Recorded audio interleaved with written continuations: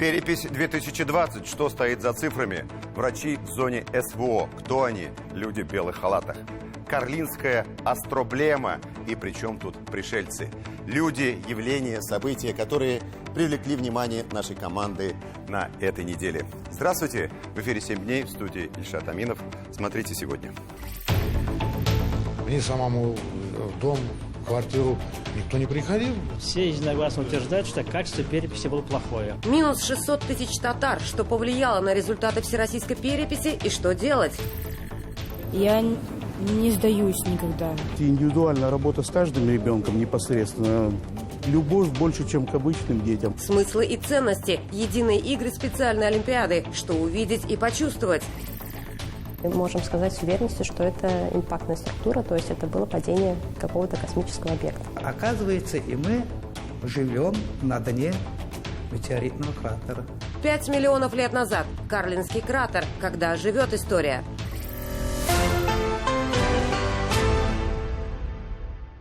И начнем выпуск с темы, которая стала горячей и актуальной еще в период новогодних праздников. И которая, скорее всего, не исчезнет с информационных радаров несколько месяцев, как минимум, а то и больше.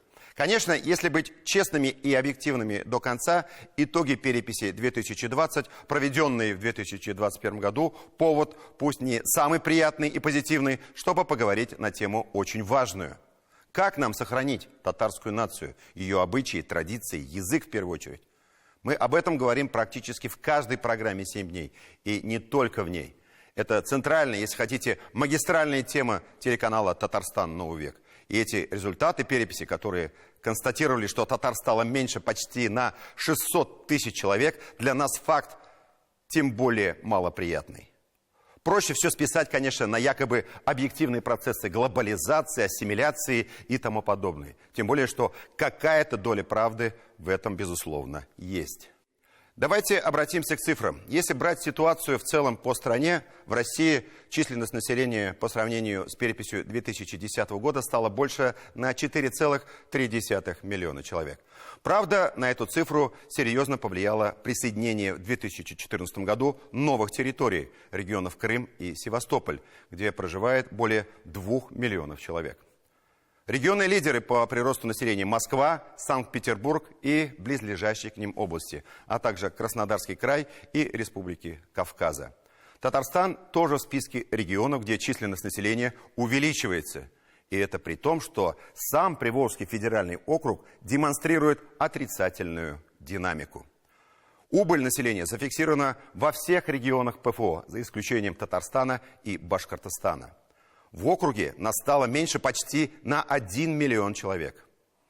Такая печальная тенденция не только у нас. Существенная убыль населения в центральной и северной России, Сибири, на Дальнем Востоке. Из сибирских регионов прирост наблюдается лишь в Ханты-Мансийском автономном округе. А теперь к самому интересному для нас национальному составу в регионах России и численности татар. Как мы уже сказали, она сократилась, эта численность. В период между двумя последними переписями в России татар стало меньше на 596 980 человек. И это, увы, тенденция. Предыдущий показатель 2002-2010 годов минус 240 тысяч татар. Если в 2010 году во время переписи татарами себя указали 5 миллионов 310 тысяч 649 человек, то в 2020-м 4 миллиона 713 тысяч 669. В разрезе регионов ситуация следующая. Самая позитивная картина понятна у нас в Татарстане. Татар прибавилось на 3,9%. В 2010 году было 2 миллиона 12 тысяч 571, в 2021 стало 2 миллиона 91 тысяча 175.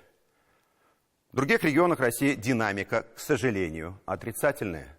Пока без комментариев. Просто цифры. Башкортостан. Минус почти 35 тысяч татар. Было 1 миллион 9 тысяч 295 в 2010-м, стало 974 тысячи 533. Если в 2010 году было 11 субъектов федерации, где численность татар составляла более 100 тысяч, то теперь таковых осталось только 6. Татарстан Башкортостан, Тюменская, Челябинская, Оренбургская и Ульяновская области. Меньше 100 тысяч татар живут теперь в Свердловской, 94 тысячи против 144 тысяч в 2010-м. В Самарской областях 94 тысячи против 126 тысяч. В Пермском крае 92 тысячи против 116 тысяч. И в Ханты-Мансийском автономном округе 80 тысяч против 109 тысяч в 2010 году. Показательная ситуация с численностью татар в Москве. Их стало почти на 65 тысяч меньше. Было 149 тысяч 43 человека, осталось 84 тысячи 373. И еще одна, на мой взгляд, самая печальная для нас статистика. Число людей, владеющих татарским языком, внимание, их стало меньше почти на 1 миллион человек. В 2010 году это были 4 миллиона 280 тысяч 718 человек, а в 2021 3 миллиона 261 тысяча 155. Причем татарский в повседневной жизни использует только 2 миллиона 917 тысяч 685 человек. В чем причина таких результатов, особенно в российских регионах? Наши эксперты чуть позже еще дадут свою оценку. От себя скажу, что, конечно, на результатах переписи отразились пандемия. Мы сейчас получаем эту информацию с мест, и до многих людей переписчики элементарно не дошли. Ковидные ограничения не позволили полноценно опросить многих, особенно пожилых людей. Второе. Конечно, стоит обратить внимание вот на эту цифру. Больше 16 миллионов человек вообще не ответили на вопрос о своей национальной принадлежности. Понятно, что в этой цифре не только татары, но и марийцы, чуваши, мордва, удмурты и все другие народы России, включая русских, которые показали серьезное снижение численности. Ну и третье, о чем важно сказать, чтобы быть полностью объективным и честным. Это вопрос к нам самим, Всемирному конгрессу татар, татарской национальной автономии, другим общественным институциям. Это и вопрос и ко мне. А все ли мы сделали, и все ли сделали правильно, чтобы татары не только идентифицировали себя татарами, но имели все возможности для изучения родных языков не только в Татарстане, но и во всех других регионах России. Из позитивного: татары сохранили за собой вторую строчку народа в России по численности населения. И еще один приятный факт.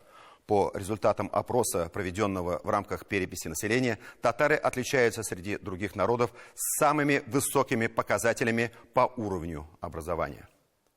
Тимур Бекмурзин и эксперты 7 дней о результатах переписи и уроках, которые нам всем нужно сделать.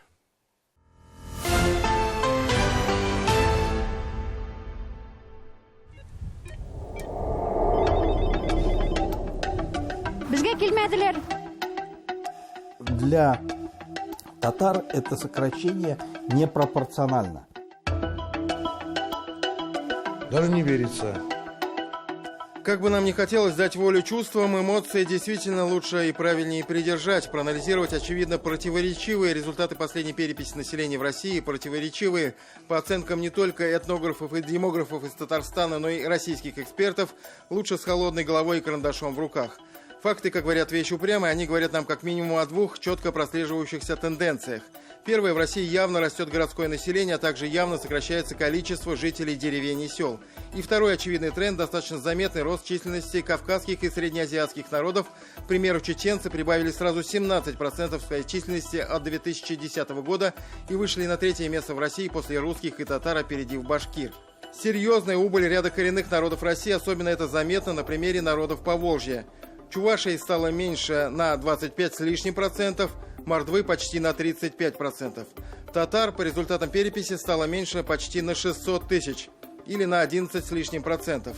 Чтобы картина стала совсем полной, численность русских в России снизилась на 5%. Исходя из этих данных, видно, что для татар ситуация малоприятная, но не такая критическая по сравнению с другими народами Поволжья, тем более с учетом такого важного фактора, как числа татар, проживающих за пределами Татарстана. Татар, разбросанных по всей России и миру, намного больше, чем в родной республике.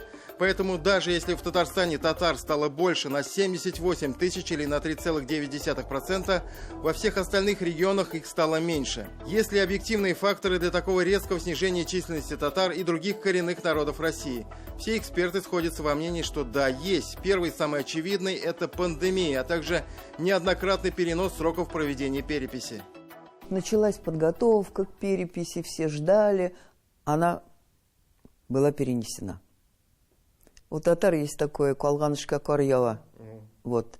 То есть вот этот интерес, эта готовность, они, конечно, уже на несколько градусов снизились, когда по факту перепись началась.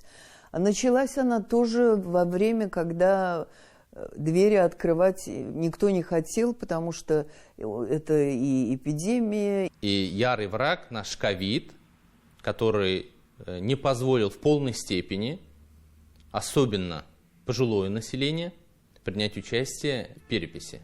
По мнению экспертного сообщества Всемирного конгресса татар, на сегодняшний день количество татар, которые проживают в Российской Федерации, не менее 5 миллионов 500 тысяч человек. Качество переписи было плохое. И вот Левада-центр почитал уже, где-то 55-56 миллионов человек вообще не были переписаны обычным нормальным способом. Данные они взяли из других источников, где национальность не указана. Если проанализировать данные переписи, легко заметить, что самые существенные потери в численности татар, а именно почти 2/3, 400 тысяч, произошли в 10 регионах с самым крупным татарским населением. Некоторые эксперты ожидали, что определенное снижение численности татар будет зафиксировано в Башкортостане с одновременным ростом численности башкир. Ожидания в целом оправдались, но процент условной убыли оказался не таким критичным – всего 3,4%. В сравнении с той же Москвой, где убыль составила 43%. В Свердловской области минус 35%. Сегодня фиксируются случаи, когда в регионах переписчики просто не дошли до адресата или не задали вопрос о национальной принадлежности. Такие случаи есть в сибирских регионах, на Урале, в Магнитогорске, Челябинске, Екатеринбурге. Мында безнең поселокта татарлар күп, үзебезнең танышлардан сорадым, мин барысыннан да килделәрме, юк, килмәделәр диделәр. Ну вот я не помню, может быть, дети были дома,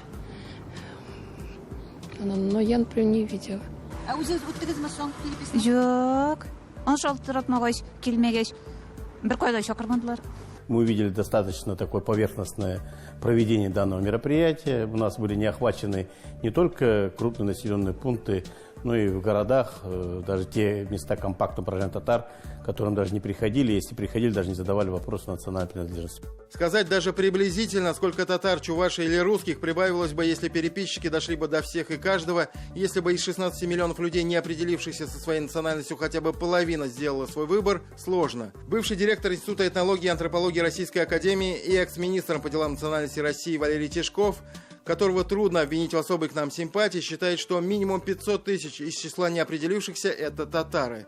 Добавьте эту цифру к результатам этой переписи, получите близкую к реальности, говорят в исполкоме Всемирного конгресса татар, цифру 5 миллионов 500 тысяч татар. У чувашей, марийцев, удмуртов, мордвы те же вопросы по итогам переписи. Там одна говорит, у меня 10 человек коллектив, ни один не прошел перепись. Другая говорит, у нас 4 человека в семье, к нам никто не приходил. 110 тысяч человек в Чувашской республике не обозначили свою национальность. Все-таки, наверное, это люди не разных других национальностей. Даже если учесть, что половина из них чуваши, это уже 50-60 тысяч чуваш, да? Мне самому в дом, в квартиру никто не приходил из этих ответственных людей. Я по электронной услуге отправил, я и другие члены семьи. А это же не все так делали. Среди других факторов, на которые обращают внимание наши эксперты и которые повлияли на результаты переписи, нарастающая урбанизация России и убыль сельского населения. Для коренных народов страны тенденция опасная и тревожная. В деревнях лучше хранятся традиции и обычаи, национальная идентичность и, конечно, родной язык. Печальная статистика: в период между двумя переписями число лиц, владеющих татарским языком, сократилось более чем на 1 миллион человек. Татарская деревня. Ребята у нас там археологическую практику, ребята копали на археологических раскопках, принимали участие из татарских деревень. 2 детей, один татарин, другой башкир. Для нас же это несколько забавно. Мы говорим, как так, ребята, получилось? Но у нас так. Вот 2 детей родились, татарская семья, обязательно одного записывают башкиром. Я даже, помню, шутили, а что, отцы, что ли, разные? Вот. Ну, это факт. Если такими темпами, через 20 лет мы потеряем еще 1 миллион. Через 30 лет еще 1 миллион. А потом государству могут предъявить и претензии. Куда вы смотрели?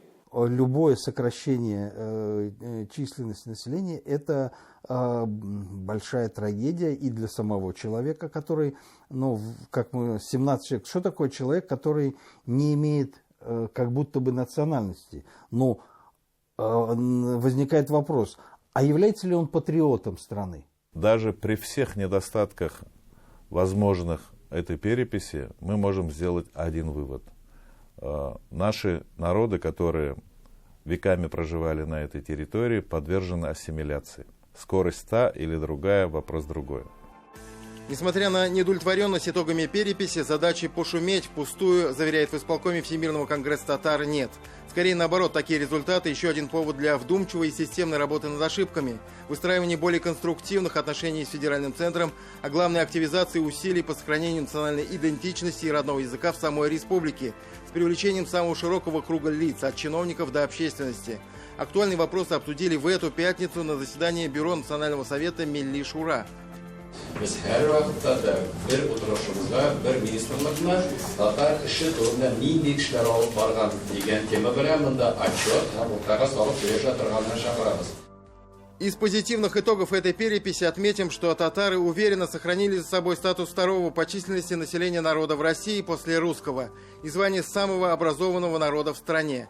Авторитет Татарстана и татар за эти 10 лет еще более укрепился и вырос, в том числе на мировом уровне, на фоне проведенной Всемирной универсиады, мировых чемпионатов, столетия ТССР, съезда в честь 30-летия Всемирного конгресса татар и других мероприятий. Татары и Татарстан – опора сильной России во всех ее великих делах, в дни побед и достижений и в сложный период преодоления и отстаивания своих национальных интересов.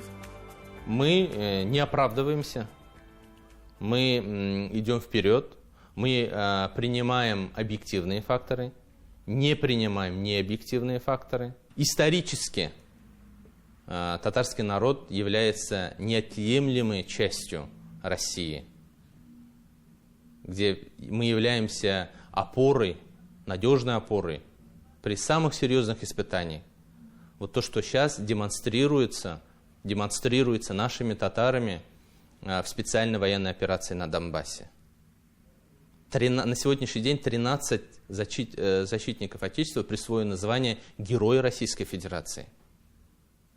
Это, если я не ошибаюсь, на сегодняшний день 120 героев Российской Федерации, это более 10%. Многие хотят найти виноватых, но виноваты мы все. Сколько есть татар, все ответственны. Пусть ученые продолжают работать, но нужен и творческий поиск. Нам нужны лидеры, которые смогли бы заполнить эту пустоту. Нужны дополнительные меры, чтобы остановить эту тенденцию. Даже если в действительности количество татар не снизилось, нам в любом случае нужно заботиться о наших традициях и языке. Работы хватит всем. Тимур Бекморзин, Андрей Кузьмин, Андрей Ключников и Дмитрий Шлемин. 7 дней. Конечно же, мы можем ссылаться на пандемию, на ковидные ограничения, на некачественную работу сотрудников Росстата, которые, увы, не дошли до многих. Но одна из явных причин снижения показателей численности народов все же лежит на поверхности. В эпоху глобализации без должного внимания, без поддержки государства сложно сохранять родные языки. Если они изучаются по выбору, в определенных временных рамках, не более 3 часов в неделю, это вообще возможный максимум. Если в учебных программах не отведено время на изучение национальной литературы, истории народов, если сокращается количество национальных школ, а родные языки отправляют на задворки современной образовательной системы. О каком развитии тогда мы можем говорить в принципе? О чем тут говорить, если, к примеру, уже несколько лет мы даже не можем сертифицировать переводные учебники по предметам для татарских школ? Непробиваемые бюрократические препоны. И ничего, федеральные чиновники, ответственные за учебную литературу, чувствуют себя вполне комфортно. К ним не приходят прокуроры, сотрудники Следственного комитета не стучат кулаком по столу, требуя прекратить ущемление прав на образование, а фактически нарушение Российской Конституции. А возьмите сферу моей профессиональной деятельности, телевидение. Нас грубо, без объяснения причин, не пустили в бесплатное цифровое эфирное телевидение. Там есть 20 бесплатных каналов. Детский, православный, музыкальный, спортивный. А национальным места не нашлось. Сегодня фактически национальное телевидение в России стало платным. Надо либо приобретать спутниковую тарелку, либо пользоваться услугами кабельного оператора, которые, увы, не везде доступны, особенно в сельской местности. А, да, нам в качестве одолжения дали возможность вещать 5 часов на цифровом эфирном канале ОТР. Но там нельзя говорить на татарском, любом национальном языке, потому что, видите ли, лицензия не позволяет. Иезуитское решение. Таких примеров, мягко выражаясь, несбалансированной национальной политики множество. Есть и другое определение всему тому, что происходит. Но я не хочу раньше времени давать пищу мундирам. А мы не будем сегодня начинать старую песню о главном, что, мол, родные языки – это душа народа, что это его сущность, это его жизнь, его генетический код. Мы будем говорить современным, прагматичным и практичным языком. И то, что вы увидите и услышите сегодня, возможно, изменит ваше отношение к языку как средству коммуникации, сила которого заключается не только в исторической памяти. Подробности у Эльзиры Юзаевой.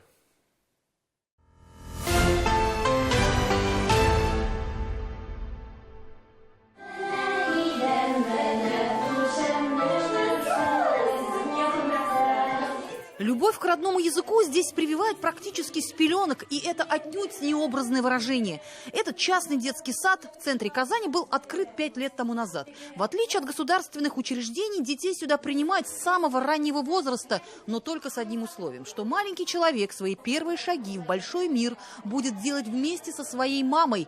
Вместе играть, вместе познавать все новое и, главное, вместе изучать свой родной язык.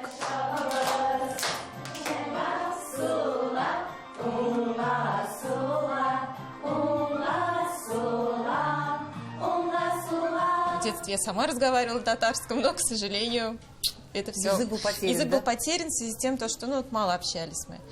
Вот. А планирую, да, чтобы сын разговаривал на татарском языке. Для меня это очень важно. Не знать свой родной язык любому человеку должно быть стыдно. What is it? Go back to start. 1, 2, 3. Этот центр практикует полилингвальное направление воспитания, то есть занятия проходят на нескольких языках. Главное отличие от традиционной системы – это полное языковое погружение. Если это урок английского, то учитель говорит только на английском. Если татарского, то общение ведется исключительно на татарском языке. По словам воспитателей, многоязычие открывает перед ребенком большие возможности, которые связаны не только с развитием и пополнением его лексического запаса. Дети, свободно владеющие несколькими языками, быстрее усваивают информацию, и каждый новый язык изучать им получается намного проще. Окошки.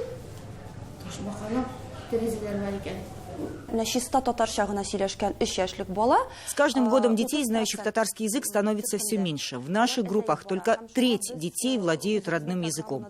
Поэтому нам пришлось изменить даже свою программу обучения и воспитания. Мы приняли решение в младших группах начинать работу не с английского языка, а 2-3-летних детей вначале научить говорить по-татарски.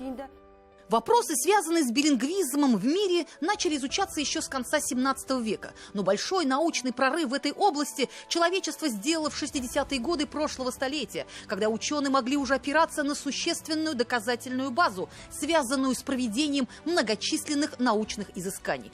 То, что билингвизм оказывает положительное влияние на мозг, по словам ученых, это очевидный факт. Как известно, умственное развитие человека зависит от того, какое количество связей создает головной мозг. Так вот, у билингвов этих нейронных связей намного больше, чем у людей, которые знают один язык. Мозгу все равно, какой язык, его величина, его носители, статусность, его распространение ему не важны. Все до гениальности просто. Для него это ежедневная зарядка. Скажем так, правильное питание, здоровый образ жизни. Билингвизм улучшает память, концентрацию внимания, развивает мышление, логику, воображение. Более того, знание нескольких языков тренирует мозг и продлевает его молодость. Билингвизм – это самый лучший подарок, который могут сделать родители своим детям. Многие профессора, которые занимаются вопросами билингвизма, выступая на конференциях, приводят факты, цифры, во сколько миллионов, миллиардов евро или долларов обходится государству борьба с болезнью Альцгеймера. И говорят, что билингвизм – это бесплатное средство именно в этой борьбе. Профилактика. Да, профилактика.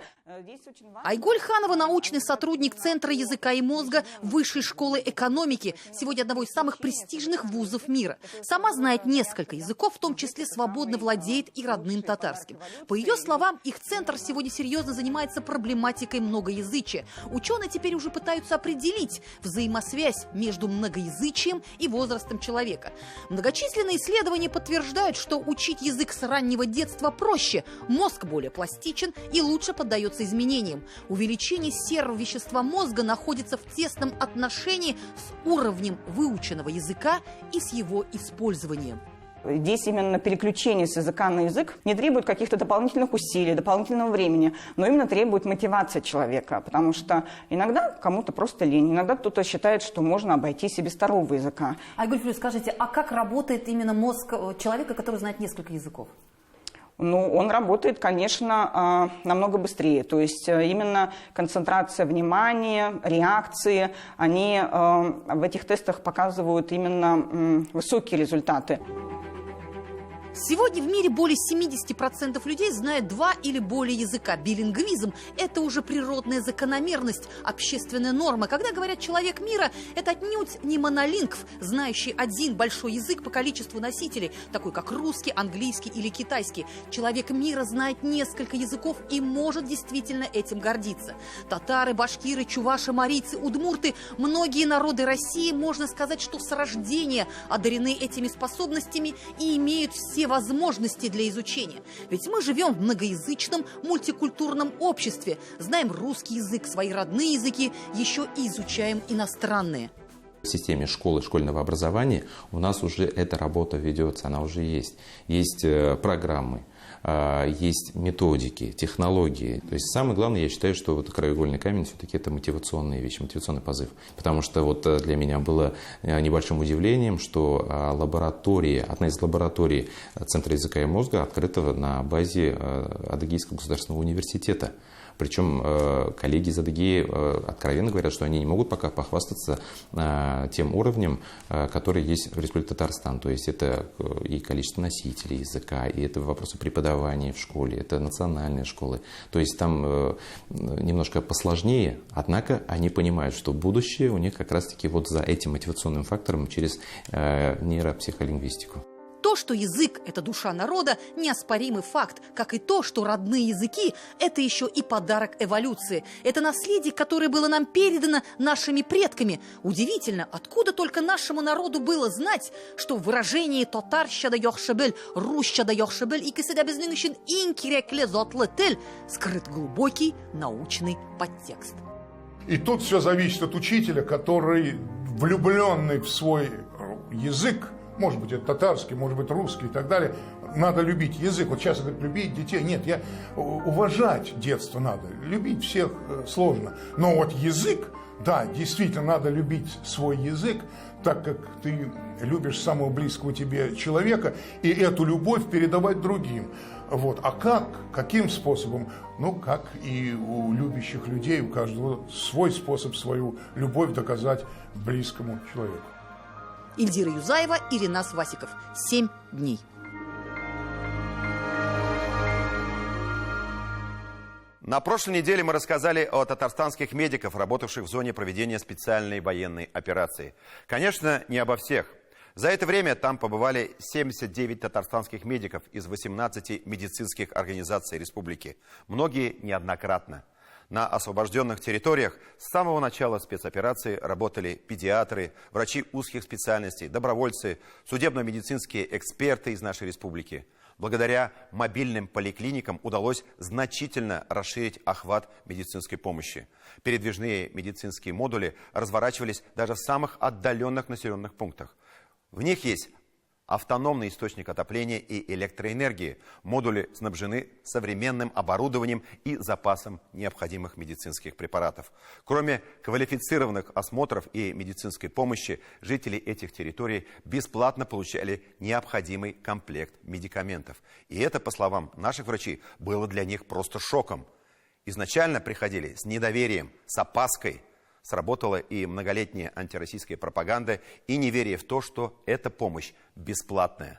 Напомним, врачи, средний и младший медицинский персонал из Татарстана работают на этих территориях с августа 2022 года. Они проводили профосмотры и лабораторно-инструментальные обследования, в том числе ультразвуковые исследования в детских, дошкольных и школьных образовательных организациях. Ежедневно осматривалось от 100 до 160 человек. Для оказания практической и методической помощи Донецкой Народной Республике Министерством здравоохранения Республики Татарстан была сформирована группа специалистов Бюро судебно-медицинской экспертизы из Казани, Набережных Челнов, Бугульмы, Елабуги, Лениногорска и Бавлов. Они выполняли работы в составе следственно-оперативных бригад, помогая опознать погибших и скрупулезно собирая вещественные доказательства совершенных в ВСУ военных преступлений. Для проведения углубленных медицинских осмотров Министерством здравоохранения Республики на территории Луганской Народной Республики была организована работа мобильной медицинской бригады. На этой неделе по инициативе депутата Государственной Думы Российской Федерации Татьяны Ларионовой, которая тоже побывала на территории Луганской Республики, состоялась встреча «Спасибо врачам». В ней также приняли участие председатель Государственного совета Татарстана Фарид Мухаммедшин, министр здравоохранения Марат Садыков, председатель Федерации профсоюзов Республики Елена Кузьмичева, депутаты республиканского и федерального парламентов, представители регионального отделения партии «Единая Россия», благотворители. Все медики, работавшие на территории ЛНР и ДНР, не смогли прийти на нее. Ряд специалистов до сих пор находятся буквально на линии фронта и помогают нашим согражданам. С января этого года в Луганской Народной Республике работает обновленный состав мобильной медицинской бригады в количестве 19 человек. Зуфар Давлетшин подробнее.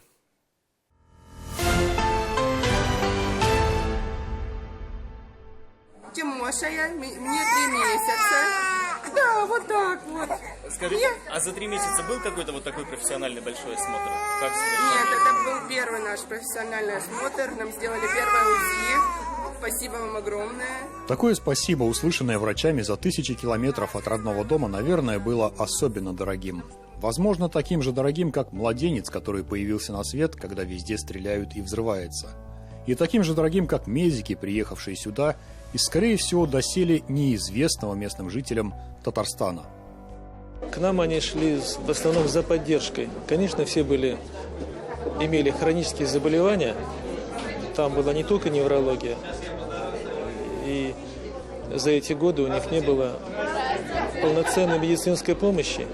Конечно, пациенты отличаются от тех, которые сейчас у нас.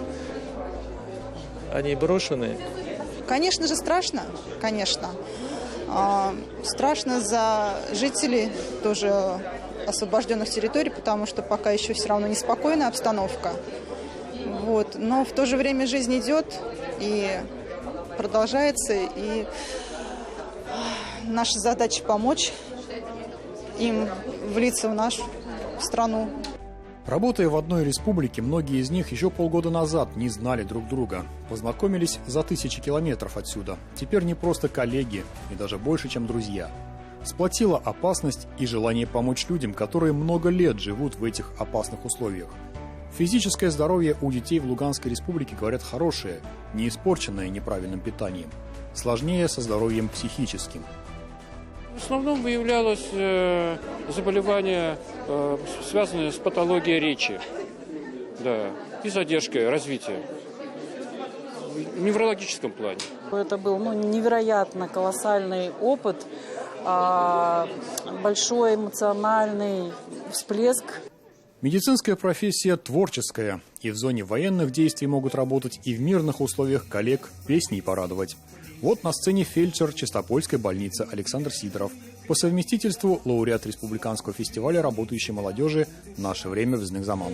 Нет на свете сердец горячей, нет профессий ближе к Богу. И медбрат 7-й городской больницы Казани Искандер Нурмиев тоже показал, что не только капельницы ставить, уколы делать и давление мерить может.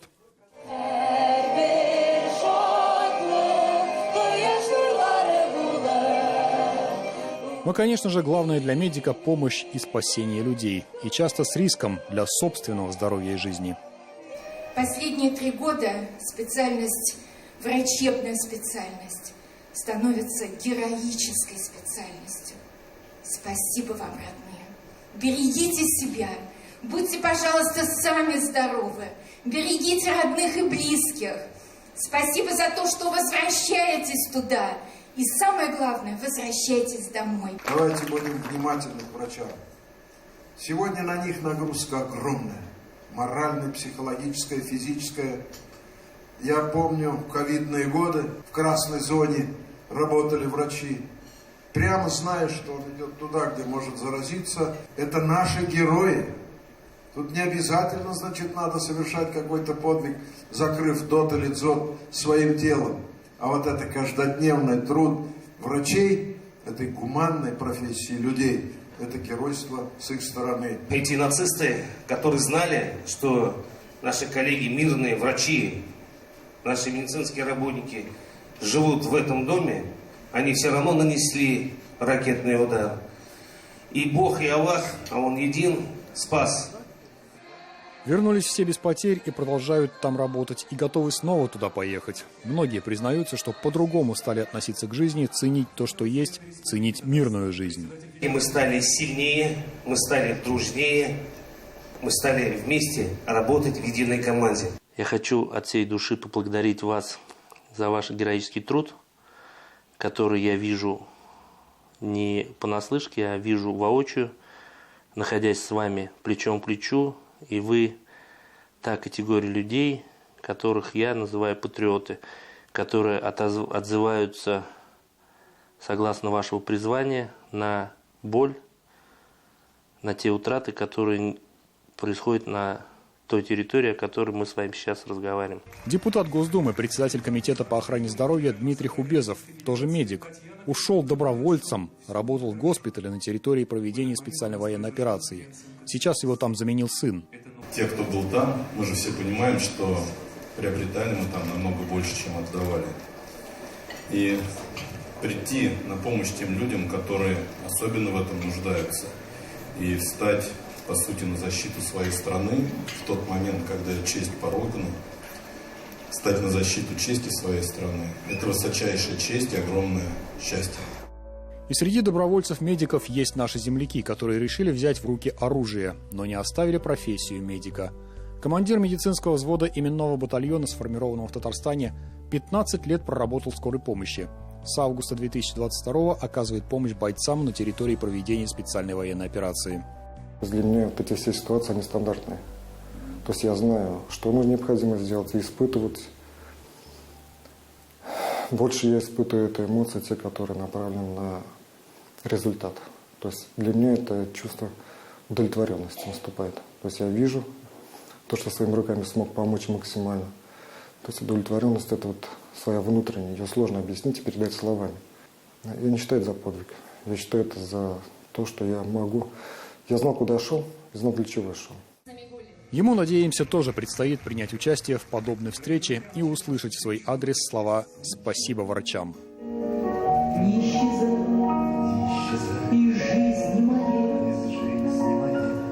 Нелли Сергеева родилась и выросла в Свияжске, но больше 40 лет живет в Лисичанске. Гордится тем, что далекий географически Татарстан снова стал близким и приехал спасать людей. Со слезами встречала и гуманитарную помощь, и медиков из Татарстана. Очень многие врачи уехали из города. очень многие. Город остался просто без медицинской помощи. И когда приехали первые врачи из Татарстана, и люди, когда приезжали туда на медосмотр, они удивлялись, что врачи такие добродушные, открытые, профессиональные и бесплатно дают лекарства. То есть, потому что в последнее время коррупция очень процветала в медицине. Самое большое мое желание, чтобы скорее наступил мир на этой земле, чтобы детки стали счастливы, довольны, и их психическое состояние становилось все лучше и лучше. Зуфар Давлетшин, Андрей Ключников, Александр Ворон. 7 дней. Лисичанск, Казань. Мы продолжим нашу программу через пару минут. Смотрите далее. Мы можем сказать с уверенностью, что это импактная структура, то есть это было падение какого-то космического объекта. Оказывается, и мы живем на дне метеоритного кратера. 5 миллионов лет назад. Карлинский кратер. Когда живет история.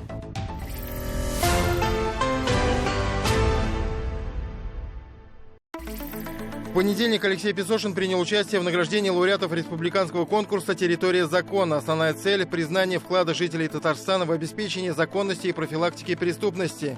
Жюри определило 40 победителей в 8 номинациях. В Казани с участием Рустама Минниханова и Минтимера Шаймиева состояла совместная коллегия комитетов по туризму и охране объектов культурного наследия. Как отметили, популярность Татарстана у туристов обнажила ряд проблем. Нехватку гостиниц, туристических автобусов и речного транспорта. По сохранению культурного наследия главная задача, чтобы все объекты имели необходимые документы и были максимально задействованы.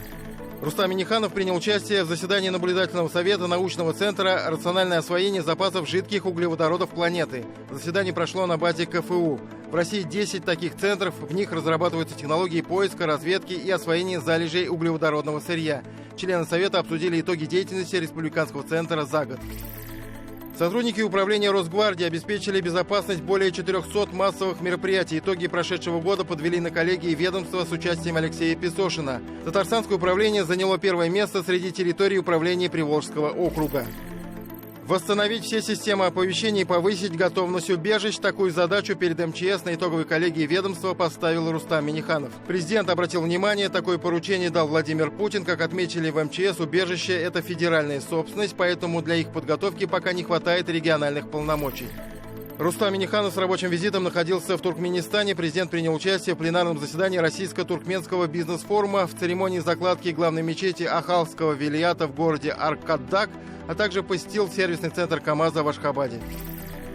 Рустам Минниханов выступил на Туркмено-российском бизнес-форуме. В нем приняли участие более 300 представителей государственных организаций и частных компаний. Российскую делегацию возглавил Михаил Мишустин.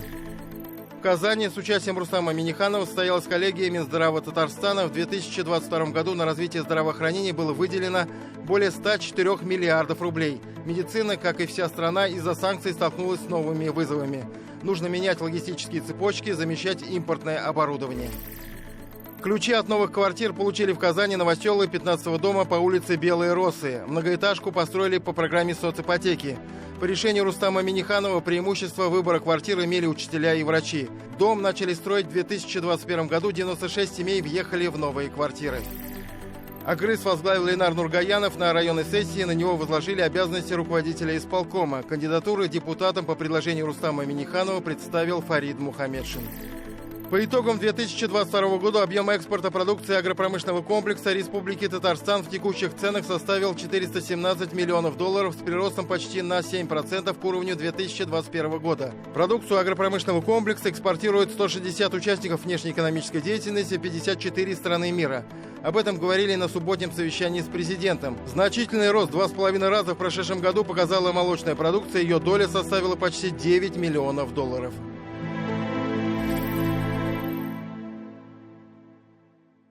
Мы продолжаем программу «7 дней». Свой день рождения на этой неделе, 20 января, отметил первый президент Татарстана Минтимер Шаймиев. Его очень тепло поздравил действующий президент Рустам Минниханов, который выложил в своих социальных сетях специальный ролик. Давайте посмотрим.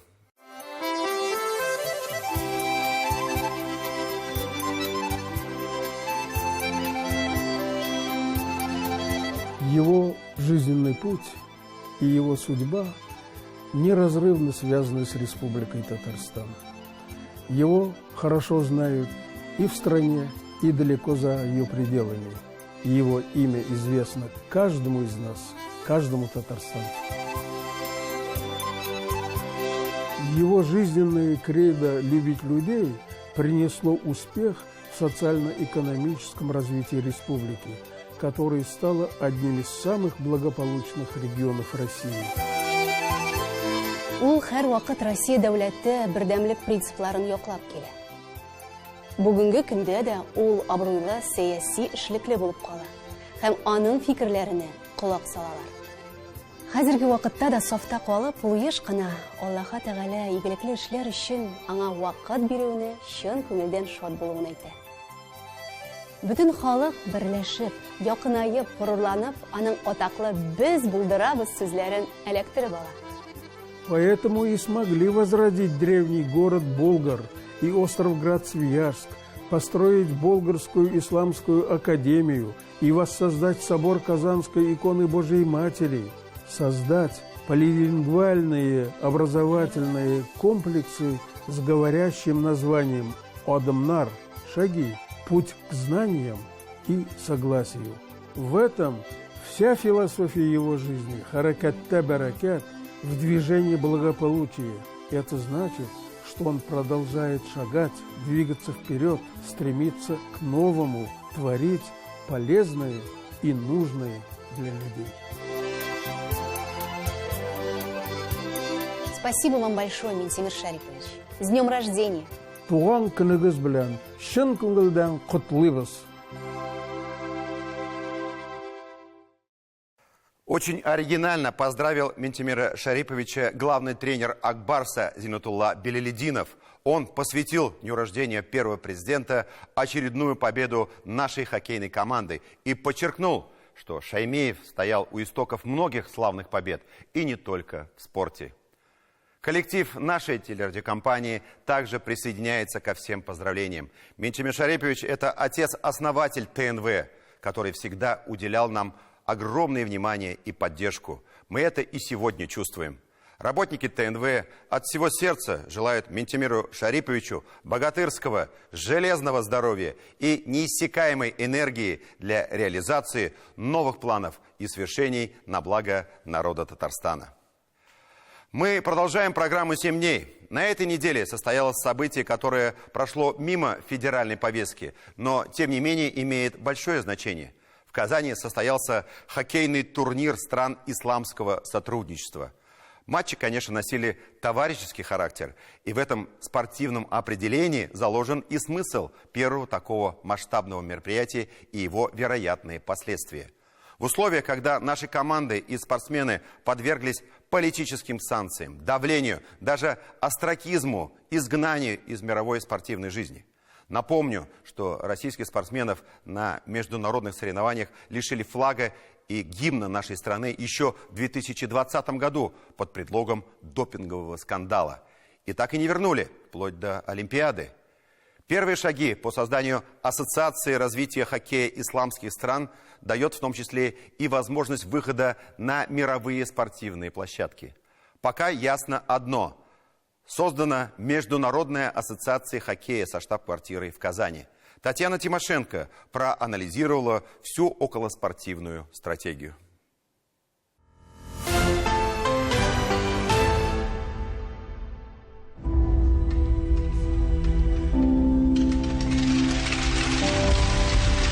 Перед стартовым и торжественным выбрасыванием шайбы прозвучала сура из Корана. Такой старт на ледовой площадке в Казани на международных соревнованиях впервые. Мы, мусульмане, стараемся ради нашей религии и нашей Родины.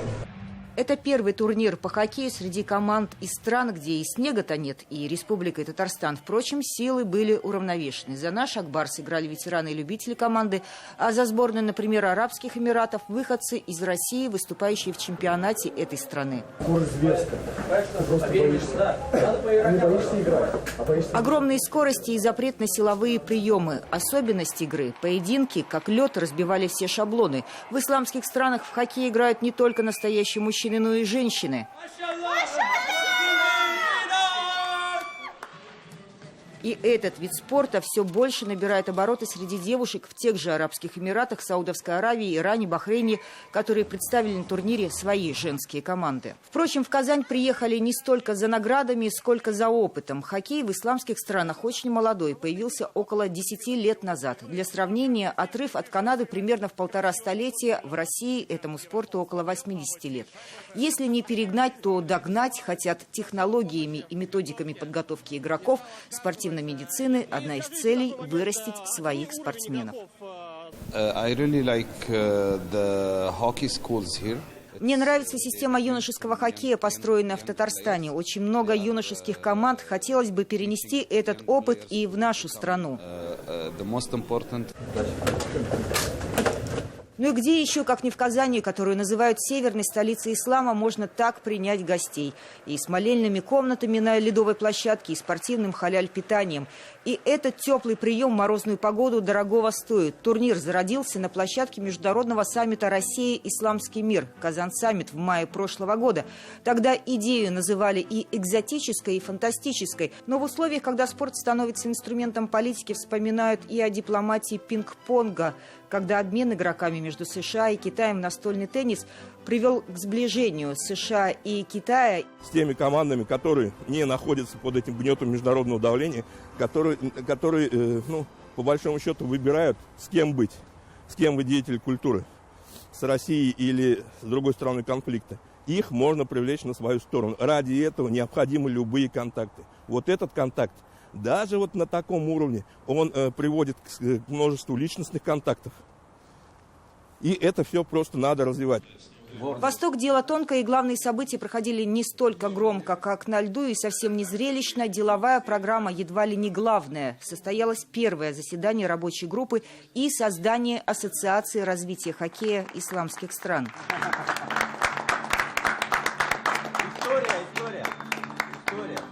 Штаб-квартира в Казани. Президентом выбрали Наиля Маганова, главу Федерации хоккея Республики Татарстан. Каждый из 2 вице-президентов возглавит свой сектор Ассоциации развития хоккея стран арабского мира и Азии. Большое спасибо Республике Татарстан за прием и гостеприимство. Очень благодарны организаторам. Это была мечта. Раньше мы работали самостоятельно. Это не помогало нам развиваться, но сейчас мы в одной команде. В Казани хоккей на высшем уровне, и нашей совместной работой мы добьемся высоких результатов и сделаем максимум для развития хоккея в мире.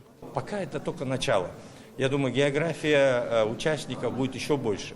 Допустим, в Малайзии есть хоккей, в Индонезии есть хоккей. Очень много еще исламских стран, которые еще не приехали. Я думаю, с каждым годом эта география будет расширяться. И мы сейчас хотим заявиться на исламские игры, которые 4 года раз проходят. Да? Там хоккея нету. И мы через эту организацию хотим попасть на исламские игры. По результатам турнира кажется, что кубки достались практически всем. Команды были разбиты на группы, названия которых говорят сами за себя. Дуслык, Ватан, Ихсан. Учитывая наши богатые хоккейные традиции, мы рады, что в столице Татарстана появилась еще одна спортивная площадка, которая объединяет страны Организации исламского сотрудничества. Уверен, этот турнир даст импульс к развитию хоккея в странах исламского мира, будет способствовать укреплению дружбы между странами и народами. Станет еще одной яркой спортивной страницей в истории Организации исламского сотрудничества.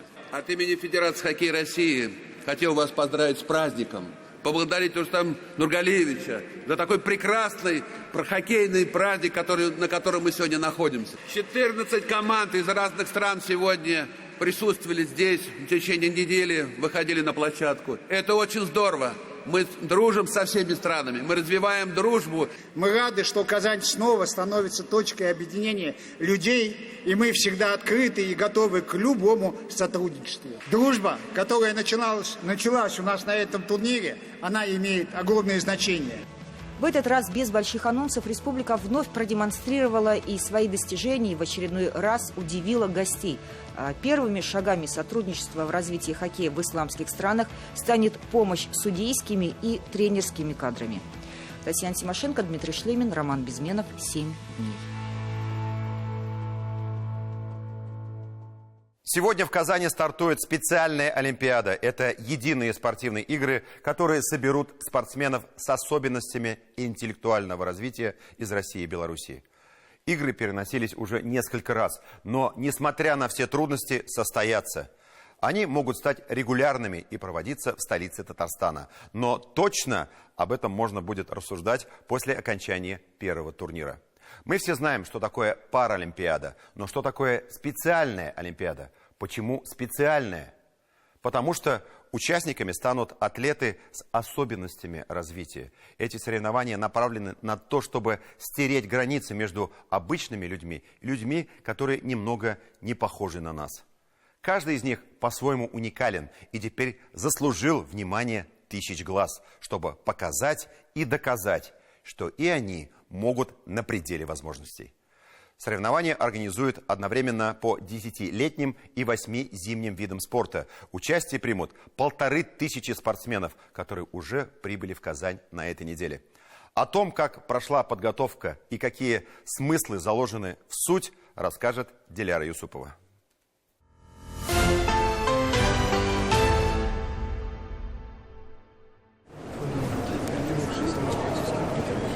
16 ребят в одинаковых шапках и полной экипировке. В смятении не понимают, что происходит. Полчища фото и видеокамер смотрят прямо на них, но уже через секунду расслабляются. Казань встречает именно так. Команда из Сахалинской области приехала побеждать, а как по-другому? Несмотря на то, что главный лозунг специальной Олимпиады отрицает важность титула. «Позвольте мне победить, но если я не смогу, то пусть я буду смелым в этой попытке». Карина уже смелая, и ей не нужны никакие полумеры. Я как бы стесняюсь, но я не сдаюсь никогда. Я никогда не проигрывала, но я никогда не хочу проигрывать. Все не хотят проигрывать, потому что они хотят быть чемпионом. И я желаю, что я всех люблю. И да здравствуй, Казань. Подход к детям, то есть индивидуальная работа с каждым ребенком непосредственно. Любовь больше, чем к обычным детям. Они как бы требуют больше внимания, больше общения, больше как бы усердия, усилия. Это вот основное как бы вот. А в остальном мы их стараемся все-таки не отличать от других детей. На таких играх нет медального зачета, фиксации национальной принадлежности и разделения участников по командам. Спортсмены представляют только себя. Главная миссия – адаптация людей с нарушениями интеллекта и продвижение инклюзивного общества, а не выявление сильнейших спортсменов. В соревнованиях может участвовать каждый, вне зависимости от спортивных достижений. Легкая атлетика. Занимаюсь 6 лет. Пришел за него, мне тренер нашел, позвал, будешь ходить или не будешь ходить. Но я согласился и пошел заниматься спортом. Лыжи, каждый день тренировки. Занимаюсь как-то 7 лет. Тестовые соревнования по зимним видам спорта прошли в Казани в прошлом году. Игры тоже должны были пройти в 2022-м, но пандемия внесла коррективы. Уже тогда подготовка была похожа на самую настоящую церемонию открытия. Сказочный Зеланд взмыл над Кремлем, как символ нечеловеческих возможностей и новых свершений. И вот спустя год, несмотря ни на что, эти возможности и свершения появятся и у особенных детей. Наша главная задача – провести Олимпиаду на традиционно высоком уровне. На сегодняшний день мы ведем планомерную работу по подготовке Олимпиады. Налажено тесное взаимодействие с Министерством спорта России. Сформирована команда профессионалов. Создана хорошая городская и спортивная инфраструктура. Имеются все необходимые ресурсы. Проведение Всемирной специальной Олимпиады в Российской Федерации в городе Казани. Я хотел бы сказать, что, конечно, это для России большая честь. Самое главное – создать наследие этого события. И вот, мне кажется, сейчас работа в этом направлении ведется всеми федеральными ведомствами. И опыт, который есть у Казани по проведению Всемирной универсиады, других больших событий, говорит о том, что и наследие обязательно, конечно, будет очень плодотворным для Российской Федерации. Татарстан представит 126 спортсменов. Мы помним ребят из Мамадыша, которые прошли сначала этап специальной спартакиады и вот ждут своего выхода уже год. Весь этот год Казань не расслаблялась и готовилась. Целый штаб волонтеров, которые на неделе прошли обучение. Особенные дети требуют особенного подхода. Есть ребята, предположим, с синдромом Дауна, их там называют ребятами, людьми солнца, да, но настолько доброжелательные ребята, которые любят пообниматься.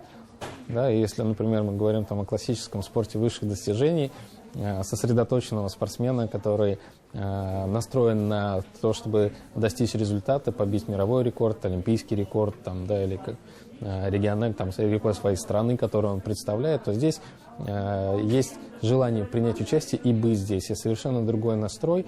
И в этом отношении, наверное, вот это и есть уникальность коммуникации, которой необходимо быть готовым. Дружелюбно, искренне. Матвей волонтер уже 4-й год. Говорит, нет никаких лайфхаков. Особенный человек нуждается в чем-то самом обыкновенном, чтобы в нужный момент указали путь, обняли и поддержали. Нужно просто общаться со всеми, как с людьми, то есть быть всегда открытым, радостным, принимать их какое-то внимание, потому что это же очень часто гипервнимание у ребят. Если они хотят проявить, просто не нужно их отталкивать, все будет классно. Бадминтон, баскетбол, бег на снегоступах, настольный теннис, лыжные гонки, танцевальный спорт. Соревнования в 18 видах. Главная задача игр – привлечь к спорту и укрепить здоровье людей с ментальными нарушениями. 878 волонтеров из 36 регионов страны уже оценили масштабную подготовку в Казани.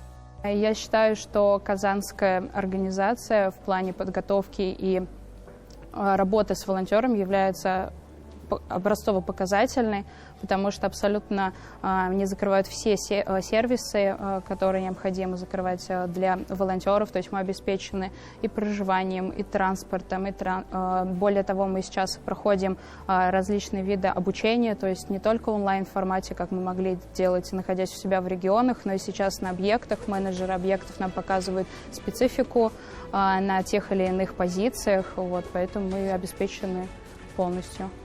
За годы, что существует движение, соревнования достигли такого масштаба, что вполне могут сравниться с обычными Олимпийскими играми. В Абу-Даби в 2019 году в специальной Олимпиаде участвовали 7 тысяч атлетов из 170 стран. Наши единые игры специальной Олимпиады пройдут в Казани с 21 по 27 января. Соревнования открыты для всех зрителей. Диляра Юсупова, Роман Безменов, 7 дней. Есть такое расхожее выражение: истории нет, есть историки. Отчасти верно, интерпретаций прошлого может быть сколько угодно. Но есть в нашей истории такие события, которые неизвестны даже абсолютному большинству историков и краеведов. И за ответом на вопрос, почему это случилось, мы пойдем сегодня не к ним. Дело в том, что интересующее нас событие произошло как минимум 5 миллионов лет назад. Вот здесь, это Буинский район республики, самая граница с Чувашией. Мы нарисовали здесь некий круг, потому что так событие выглядело когда-то. Названия разные. Карлинская астроблема, звездная рана с греческого, Карлинский кратер, импактное событие. Простыми словами, геологами, здесь были обнаружены горные породы, происхождение которых можно объяснить лишь ударом о землю некоего небесного тела. Отсюда и название Карлинский кратер. Рядом протекает река Карла. До недавнего времени теория с падением астероида была не единственной. Равноправной была теория тектонических сдвигов на планете. Но не так давно, в 2019 году, наконец, появились первые доказательства космической теории. Ученые из КФУ совместно с коллегами из Москвы и из Франции провели исследования и пришли к однозначным выводам. Без пришельцев из космоса тут не обошлось. Рядовому обывателю это сложно доказать. На месте падения астероида не осталось никаких следов. Местность, на первый взгляд, совсем не похожа на кратер. Но такими объектами могут похвастаться лишь несколько регионов России. Об этом Михаил Любимов.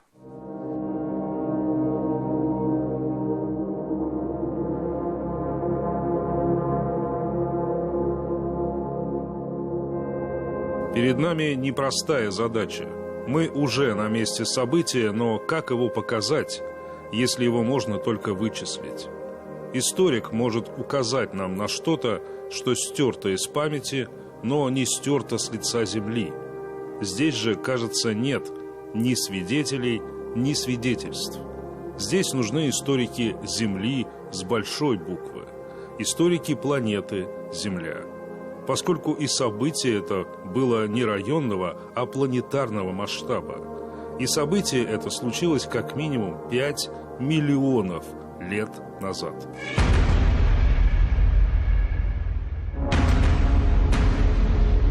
Астероид размером с Казанский Кремль, от 500 метров до километра. Вот он, наш главный герой. Оговоримся сразу. Он и его размеры, в которые сложно поверить, лишь версия, но версия научная. Мы рассматриваем его слишком долго. У обитателей Земли тех времен не было столько времени. Астероид столкнулся с Землей на скорости примерно в 25 километров в секунду. Доли секунды раз.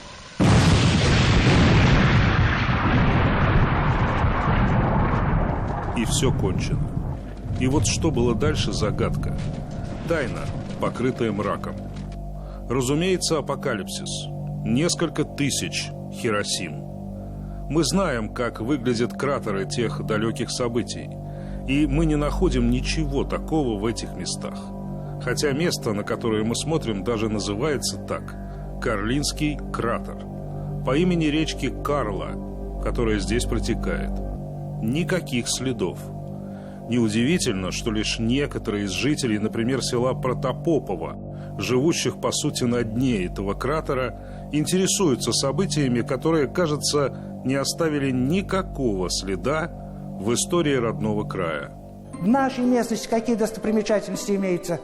Лес наш? Хорошо, неплохо. Памятник воинам Великой Отечественной войны? Прекрасно. Все это прекрасно, но главное вы не называете. Еще какие достопримечательности есть у нас? Карлинский, метеоритный кратер. Что вы знаете о нем? Он упал. Учитель географии Андрей Дмитриевич Андреев, любитель древней летописи Земли, вряд ли когда-либо сможет заинтересовать этой темой молодежь, быстро теряющую интерес к событиям, произошедшим вчера. Даже ему самому еще недавно нужен был толчок прямиком из космоса. Этой темой я занимаюсь с 2013 года, после падения Чебаркульского метеорита на Урале, и эта тема заинтересовала меня. Значит, волны и сюда дошли от него. Ну, естественно.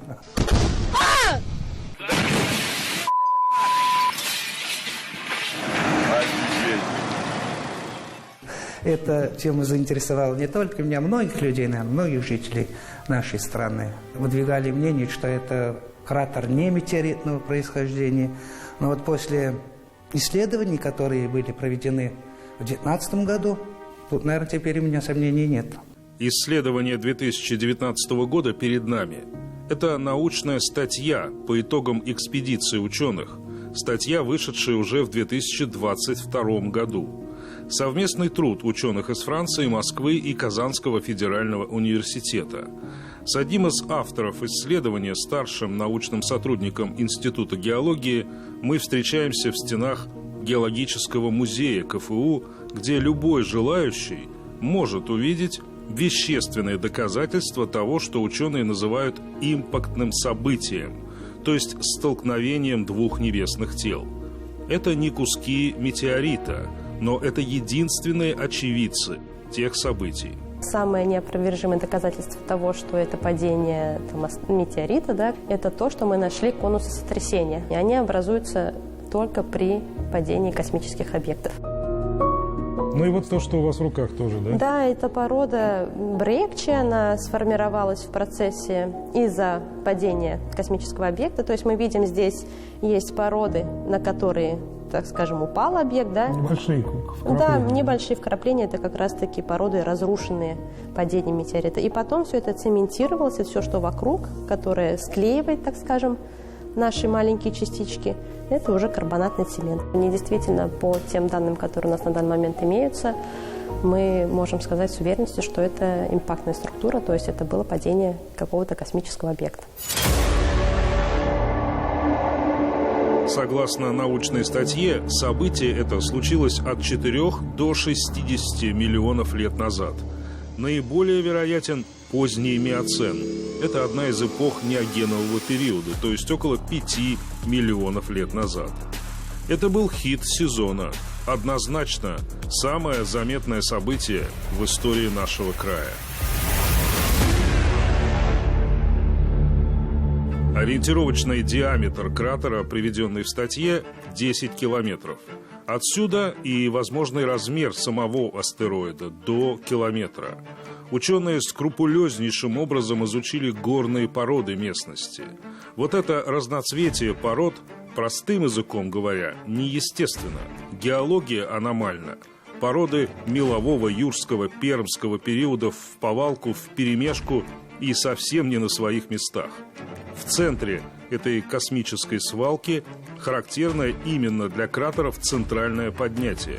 Пирамидальный выступ в центре условного круга, где также обнаружены конусы сотрясения. Все это, повторяем, сложно увидеть сегодня на местности. Да и из космоса тоже. Планета неплохо зализывает раны.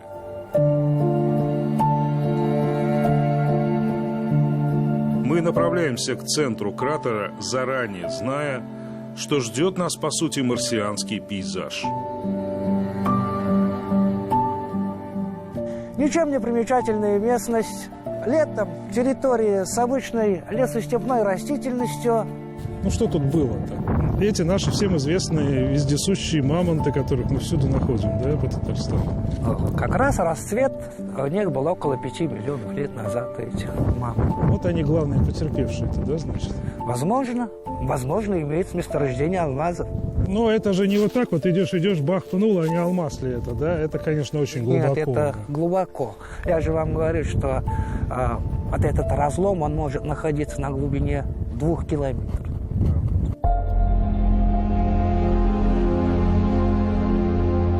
Есть тут алмазы или нет их, а сокровища и так под ногами. Сразу несколько известняковых карьеров внутри кратера. И мы в прямом смысле слова на дне. И это известняк. И это дно Древнего моря, которое здесь плескалось в Пермский период. Пермский период очень интересный сам по себе. И у нас вот эти памятники, они, можно сказать, вот под ногами. Здесь остатки древней флоры, фауны того времени. То есть вроде кажется, вот они, каменные глыбы, ну и что? А на самом деле это очень круто и интересно. Как молодежь любит сейчас говорить, прошаривать мозги. Карьер, возможно, не самый красочный объект.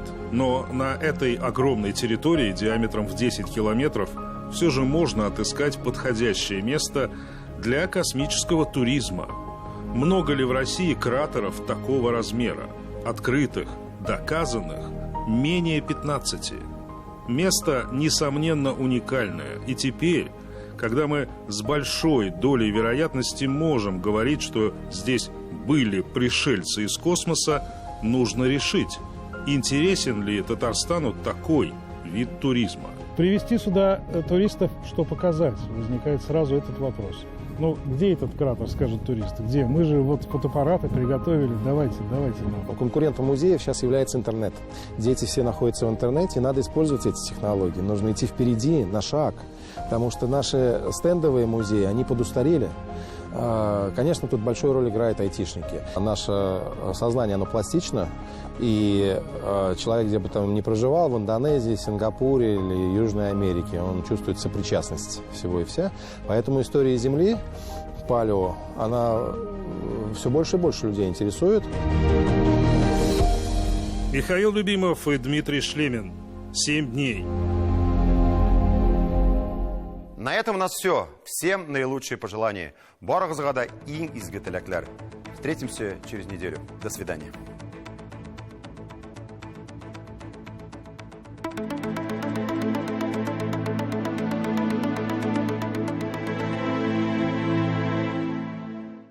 Здравствуйте! О погоде на предстоящие 7 дней поговорим в ближайшие минуты.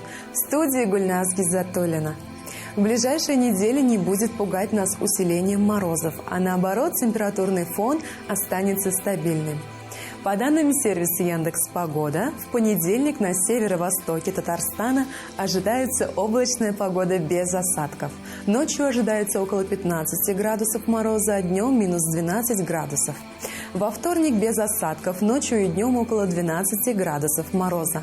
В среду аналогичная погода. Облачно и без осадков. Днем 9 градусов мороза, ночью до 13 градусов со знаком минус. В четверг ясная погода, ночью около 8 градусов, днем около 11 градусов мороза.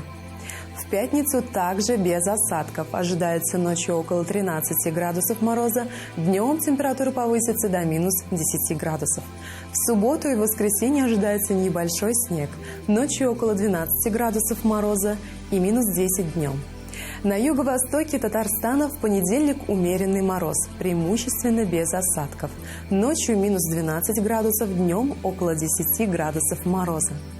Во вторник солнечная ясная погода. Ночью около 16 градусов мороза. Днем температура около 13 градусов ниже 0. В среду без осадков, ночью около 15 градусов со знаком минус. Днем около 11 градусов со знаком минус. В четверг без осадков, ночью и днем около 11 градусов мороза. В пятницу без осадков. Ожидается в дневное время около 10 градусов мороза, ночью до минус 13 градусов. В субботу и воскресенье небольшой снег, около 12 градусов мороза, ночью около 14 градусов ниже 0. В центре республики в понедельник ожидается облачная погода, также без осадков. Температура днем около 9 градусов мороза, ночью до минус 14 градусов. Во вторник температура ночью до минус 12 градусов, а днем около 9 градусов мороза, без осадков. В среду вероятность осадков также небольшая, ночью минус 12 градусов, днем 9 градусов мороза. В четверг осадков не ожидается. Днем минус 6 градусов, ночью 10 градусов мороза. В пятницу также без осадков, облачная погода. Днем минус 8, а ночью 12 градусов мороза. В субботу и воскресенье небольшой снег. Днем около 9 градусов мороза, ночью до минус 12 градусов. На юго-западе Татарстана понедельник будет облачным, без осадков. Днем около 9 градусов мороза, до минус 16 градусов, ниже 0 ожидается ночью. Во вторник около 9 градусов мороза, днем и без осадков, ночью до минус 14 градусов. В среду слабоморозные значения, не ниже 9 градусов со знаком минус. В четверг переменная облачность и около 6 градусов днем. В пятницу преимущественно без осадков, ночью до минус 13 градусов, днем 8 градусов мороза. В субботу и воскресенье небольшой снег, днем около 8 градусов мороза, ночью около 13 градусов со знаком минус. На северо-западе республики и в столице Татарстана в понедельник небо будет затянуто облаками. Ночью около 15 градусов мороза, днем минус 9 градусов. Без осадков во вторник, ночью 16 градусов мороза, днем около 10 градусов со знаком минус. В среду также днем около 7 градусов ниже 0 и без осадков. В четверг облачно, ночью минус 9 градусов, днем 5 градусов мороза. В пятницу также погода ожидается без осадков, облачно, днем минус 8 градусов, ночью около 11 градусов мороза. В субботу и воскресенье по прогнозу небольшой снег. Ночью минус 12 градусов, днем около 9 градусов мороза. На дорогах сохраняется гололедица. Ожидается неделя без существенных осадков и заморозков. И не забывайте, что главнее всего погода в доме. На этом мы завершаем наш выпуск. Берегите себя!